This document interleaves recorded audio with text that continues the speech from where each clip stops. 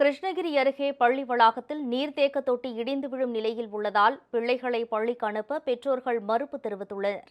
கிருஷ்ணகிரி மாவட்டம் அஞ்செட்டி அருகே உள்ள கோவல்லி மலை கிராமத்தில் உள்ள அரசு தொடக்கப் பள்ளியில் 27 மாணவர்கள் படித்து வருகின்றனர்.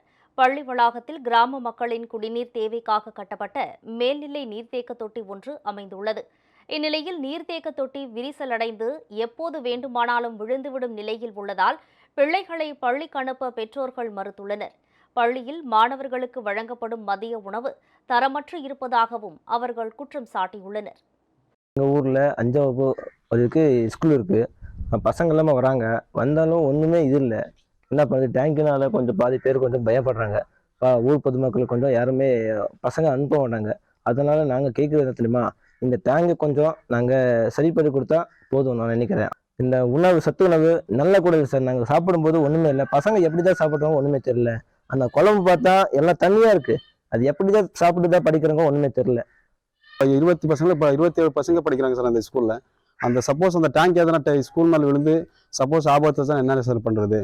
உயிருக்கே ஆபத்து சார் அந்த டேங்க் இருக்கிறது. அது கொஞ்சம் டம்லைஸ் பண்ணி அதை நம்ம நடவடிக்கை எடுக்கும்போது கேட்டுக்கொள்கிறேன் சார் நாங்கள்.